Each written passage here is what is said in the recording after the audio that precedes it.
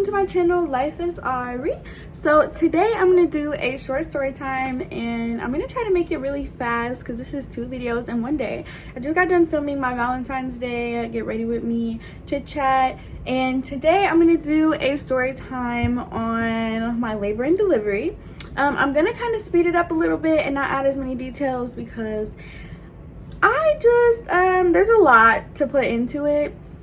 But I'm just going to give you guys a gist of it. So let's get right into this video. So if you guys don't know, I am 17 now, but I got pregnant at 16 and have my daughter at 17. I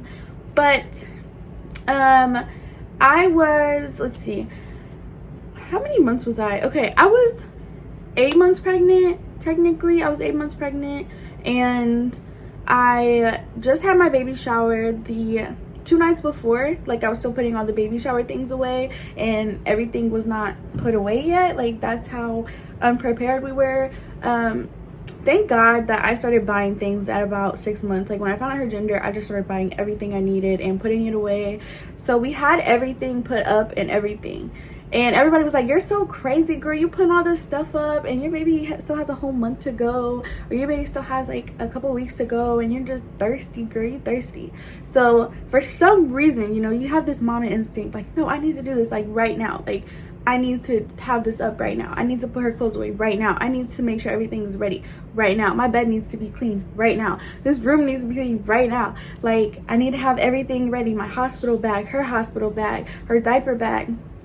So I had the car seat in the car already. I had everything. And this was about a week or 2 weeks before my baby shower. So I had my baby shower at, I want to say 37. No, wait. I had my baby shower at 37 weeks. I'm sorry, guys. Like, she's 6 months in now. Like, I probably won't have all the dates correct and everything. But I was 37 weeks, I believe, or 36 weeks. One of those when I had my baby shower. So I had my baby shower and everything was perfect, you know. I didn't have any weird symptoms or anything. I just had lost my mucus plug already about a week before my baby shower. And I also was experiencing like really bad back pains. But I'm just like, okay, that's normal. I'm pregnant. Okay, I'm pregnant. So I had these really bad back pains for about like all during the baby shower for about a week before. And it was like really bad pains. And I'm just like, I don't know, like, we haven't even started, like, at this point, I haven't even started going to the doctors every week, because at the end of your pregnancy, you have to go to the doctor every week, and I wasn't even at that point. That's how, like, not far I was. Like, that's why I think I was 36 weeks, because I think you start that at 38 weeks, and I was, like, 36 or 37 weeks, but anyways, I wasn't at that point of going to the doctor every week to check how dilated you were, and I was already, like, having labor contractions without knowing it. So I was having these really bad back pains, and I also didn't have an appetite for some reason. Like, I feel like that was linked to, you know, early labor, because I just didn't have an appetite, and it's weird because I ate everything and everything just was like, no, I don't really want this. But I did have a really weird craving. My whole pregnancy was ice. I was super like obsessed with ice. So I loved ice, and I still did eat lots of ice. But that was the only thing that I could really eat and be okay with. So I was eating lots of ice. My back was really bad, and I would also have like period pains and sharp pains called lightning crotch in my crotch area.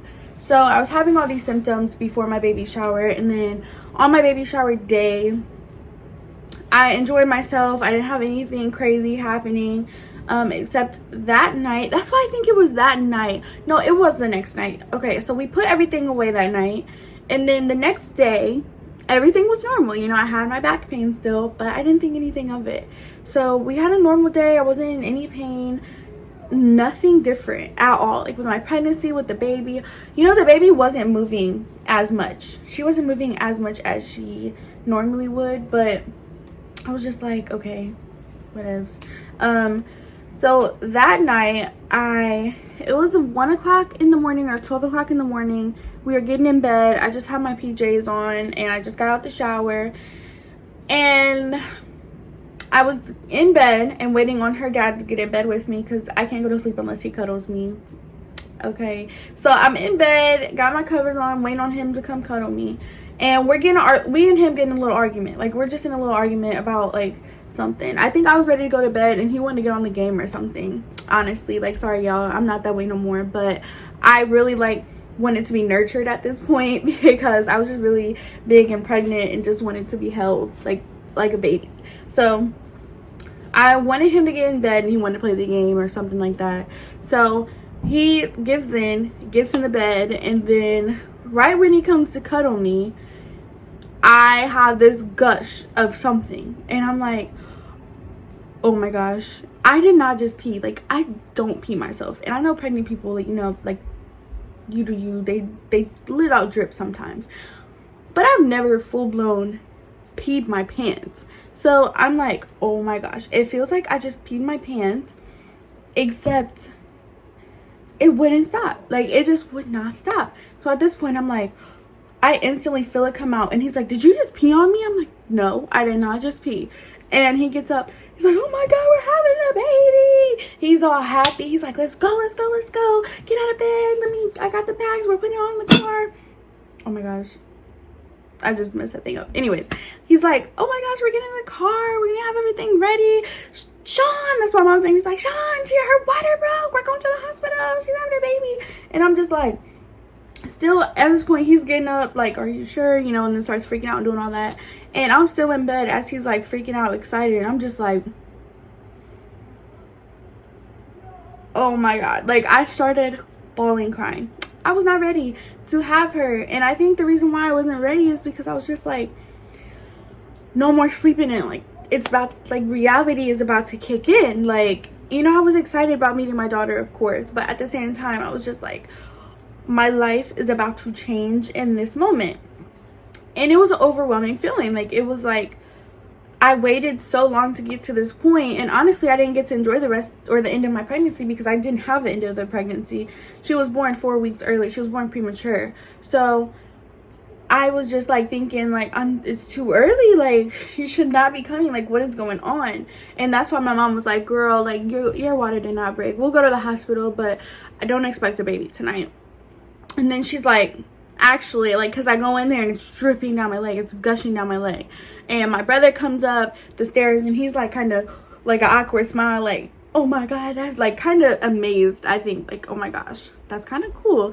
But at the same time, it's like, oh my gosh, she's bringing the baby back. Like, my little sister was like freaking out too because she didn't really understand, but we were just like, sis is gonna go bye-bye and have a baby and come back with the baby. So of course she's excited. So obviously with COVID, originally you're not supposed to have anybody in the room with you, but here where I live, this was like times COVID was getting easier or better, more adaptable at this point. It's obviously gotten worse again, but at this time, right, like at this day, the rates where I live were really low. So they were changing the guidelines and policies back to back to back to back. Every single day it was changing. So they didn't know if I could have my mom and my boyfriend there or just my boyfriend. So they just seeing that I was younger and needed my mom. And I think they were just like, you know, whatever. So before we get to the hospital, you know, my water broke. And I see all these videos on YouTube that after your water breaks, like, you can still do a lot until your contractions get bad. Like, you're just supposed to time them. That's what I thought. But then everybody's trying to rush me to the hospital. Like, I was literally, if I can find the picture of the video, I will insert it after this. But I literally was in there doing my hair, trying to do my eyebrows, like all this. And they're like, you need to go because an infection could get in there and you need to go and yada, yada, yada. And I was just like wanting to stay at home as long as possible, but I was forced to go to the hospital. Like, I couldn't even do my hair, y'all. I have this ugly bonnet on, so I delivered my child with the ugly bonnet, and that's why I don't like any pictures that I have or that they took because I was looking crazy. But whatever, side note. I went ahead and went in the car. I had a towel underneath me in the car the whole ride home, or the whole ride to the hospital. So we arrived at the hospital and my mom dropped me off in the like emergency department, and then we all went in together because we waited at the front for her. Then we went in. They put me in a not high chair. What is going on with me today? They put me in a wheelchair, and then they wheeled me to the labor and delivery, and my mom and my boyfriend followed behind. So we all went up to the labor and delivery floor, and they instantly put us in a room, and they came in. We all had to wear a mask, like literally the whole time. It was so draining. But they all came into the room, and they wanted to check my fluids to see if it was my water and to see if I just peed myself. And at that point I was kind of nervous because it was like, what do you mean? Like, this could possibly not be my water breaking? Like, I was really confused. So what did they do to check my fluids? I think they, like, I don't want to be like too descriptive, but I think they stuck something up me. Then, yeah, okay, it was a cotton swab. They put cotton swab up there, and then, if you know my box, they put a cotton swab up my box, and then they went and left out with the cotton swab to test it, to see what it was. So, not even 15 minutes later, they came back, and they're like, you're in labor, and you're gonna have your baby. And I'm just like, what? Like, I'm gonna have my baby. What do you mean? Like, she's not supposed to be here right now. Like, so at this point I'm really, really worried because it's like she's not ready, in my opinion. Like, I wasn't ready. Like, I feel like nobody was ready. And my mom was just like, whoa. Like, obviously my mom and her dad started calling everybody and telling everybody, and it was like 2 in the morning at this point. So my water broke at 12. We got to the hospital about 1:30, and then we ended up getting checked in and everything, got labor going at about 2:30. So it was 2:30 in the morning at this time, and man, everything was okay. I was getting ice. They wouldn't let me eat, and I was hungry, and they would not let me eat. Just kept coming in, checking me. You know, I was going slow. I kept sleeping, waking up, sleeping, waking up. Oh my gosh, you guys, this was like the hardest part. Not hardest part, I'm lying. So this was a difficult part. So my mom and my boyfriend, they went out of the room because, what was it? Like, what? I think my boyfriend wanted to go get a snack or use the bathroom, and then my mom wanted to, like, go talk to the doctors about something. Honestly, I don't remember. Like, I was just in and out of sleep. But then the doctor comes in while my mom and my boyfriend are in the room, and they're like, so you didn't get tested for, you know, this thing to see if you need these antibiotics. I don't know what it was, but you get tested for this at around 38 weeks. And if it's in your body or in your bloodstream, or if you have this, then you have to take this antibiotic in the hospital through an IV while you give birth. Or they give it to you before you go into labor, but I didn't make it to that point, so they had to administer it through IV. Y'all, I was the only one in there, and they gave me this IV full of this antibiotic, and oh my gosh, it stung so bad. I was crying. I was like, and I was the only one in there, and I'm like, I can't take it. And I was the only one the doctor put in there and walked out because it takes a minute to go through the IV and go in your stream or whatever, and it hurt so bad. It was like stinging in my vein, like right here, stinging, burning. It hurt. Like, I couldn't squeeze because it hurt. Like, it was just really bad. So if you do go into labor early, that's something that you have to go through, and it's like something minor, so probably people don't talk about it, but it hurt really bad for me and stung really bad. I don't know what it was, but it was like this antibiotic they had to give me. So moving forward, you know, everybody, they actually, like, I don't think my boyfriend ate with me. He didn't eat either because I couldn't eat. He didn't eat.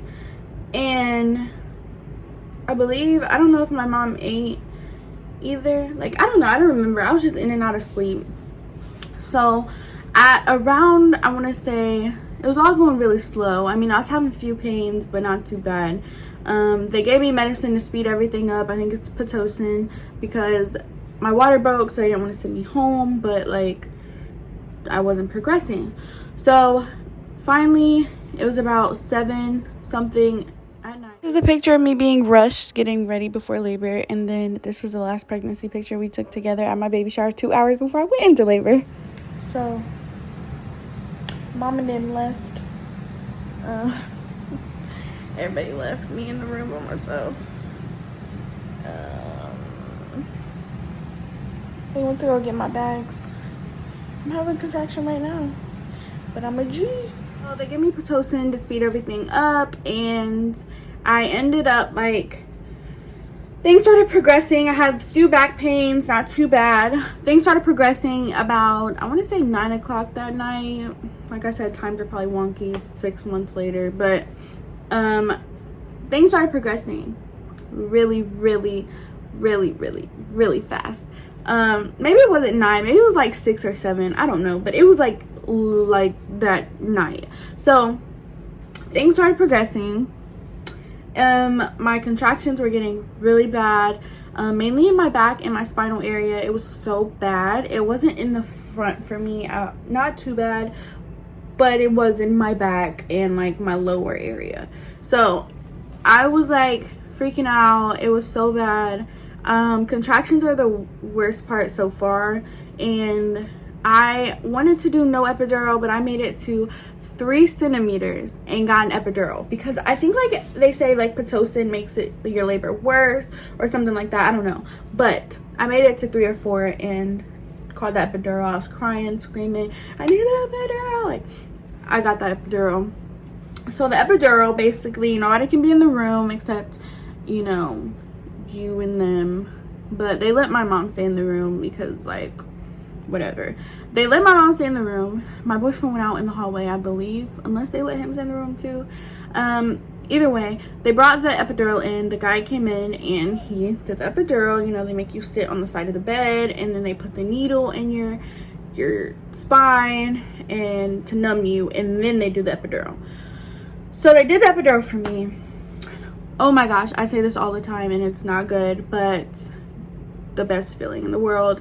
After you get the epidural, it's like you can't feel anything, okay? You're just like, from the waist down, nothing. You can't move your legs. You don't feel pinches.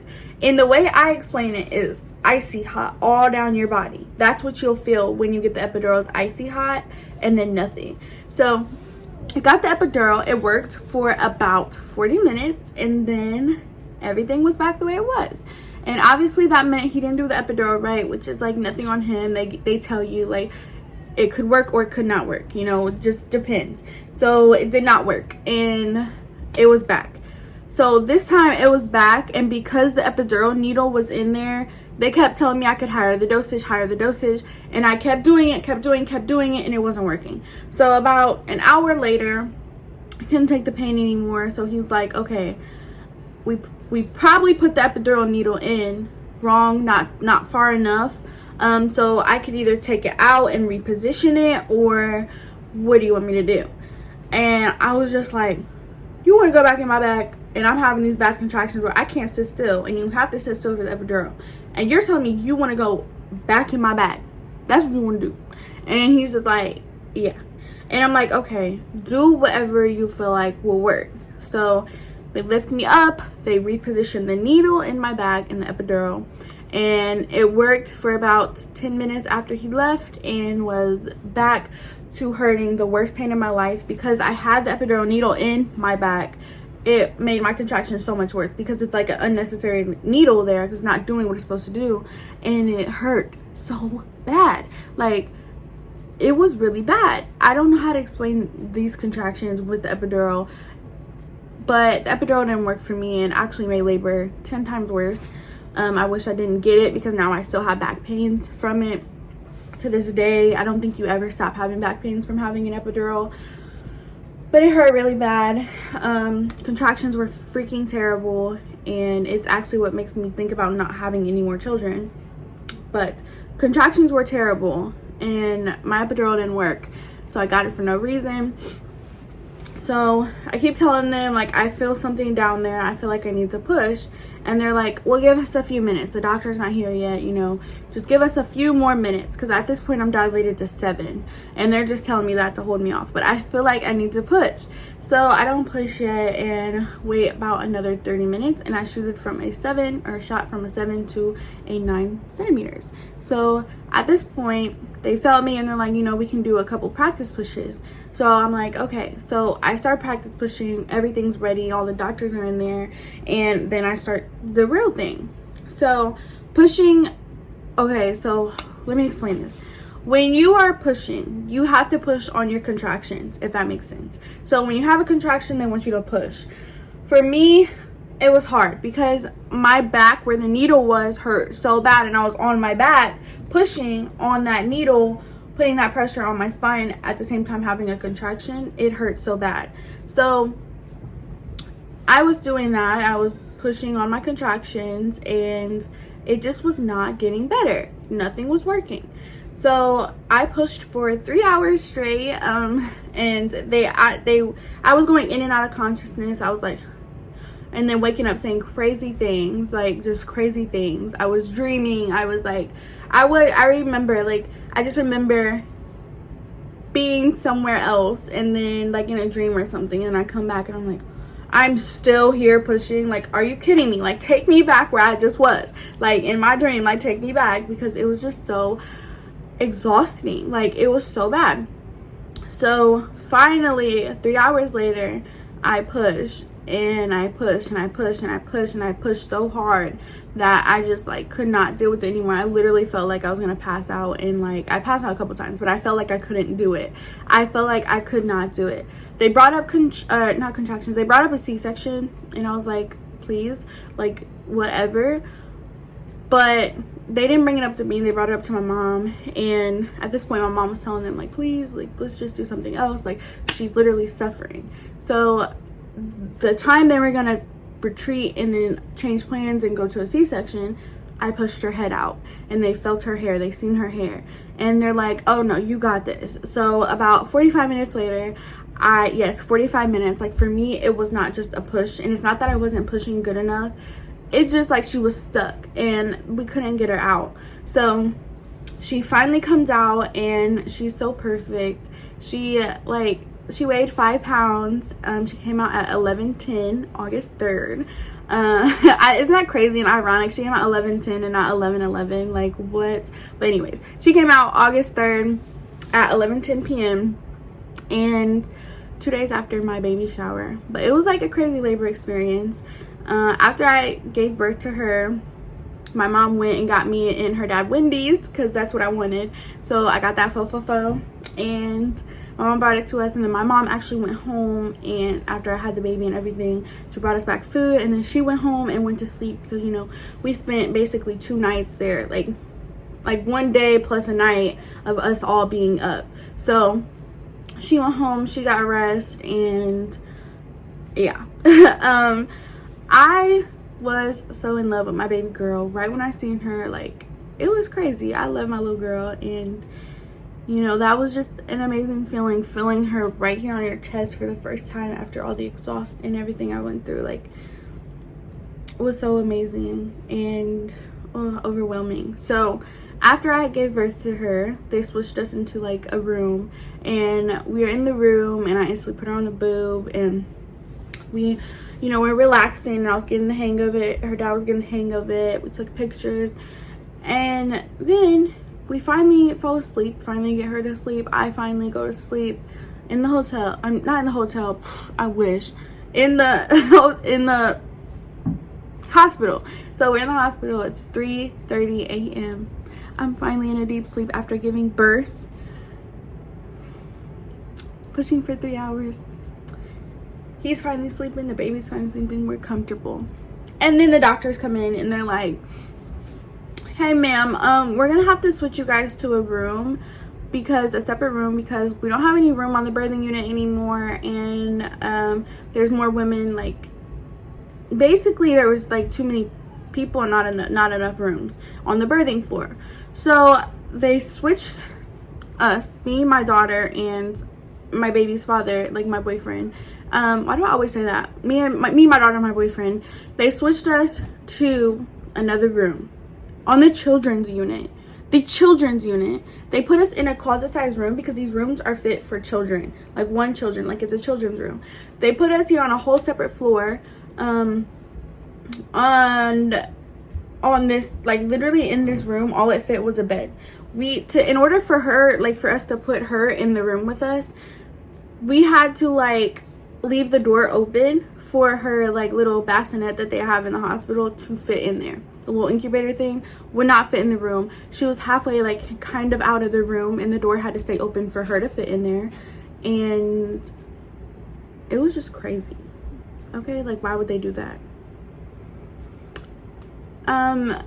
But opposed to that, we ended up going home. Okay, so I decided to add in a few pictures of my labor story, I guess. These are just a few pictures of her dad, me, and my mom. And then in the end is the picture of, like, when she was born and a freshly newborn. Like I said, they wouldn't let me do my hair or anything, so I literally had a bonnet on while giving birth. Like, what the heck? My small little baby.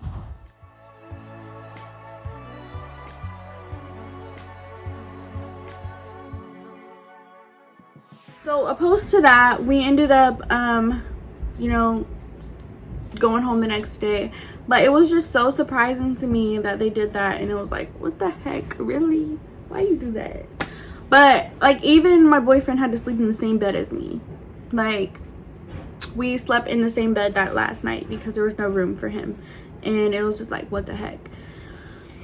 But we got home that night, or the next day. We slept there, and then we got home, and, you know, getting home and adjusting is such a hard time because, you know, your baby is just needy the first few days and weeks, and getting used to life. And waking up in the middle of the night was something I did for, I want to say 6 weeks was when she finally, or was it 4 weeks, 6 weeks? I don't know. She slept through the night early, but she, like, was up a lot. So it was a good adjusting period for me. But that is my labor and delivery story. I'm going to insert a few pictures after I end this video of a few things that happened, and, like, so you guys can kind of fit yourself in the scenario. But thank you guys for watching. Please like, comment, and subscribe. Put down, like, some story times you guys want to see, or some, like, interactive things in the comments. Like, I'm nice, I don't bite, I promise. But bye guys, thank you guys for watching.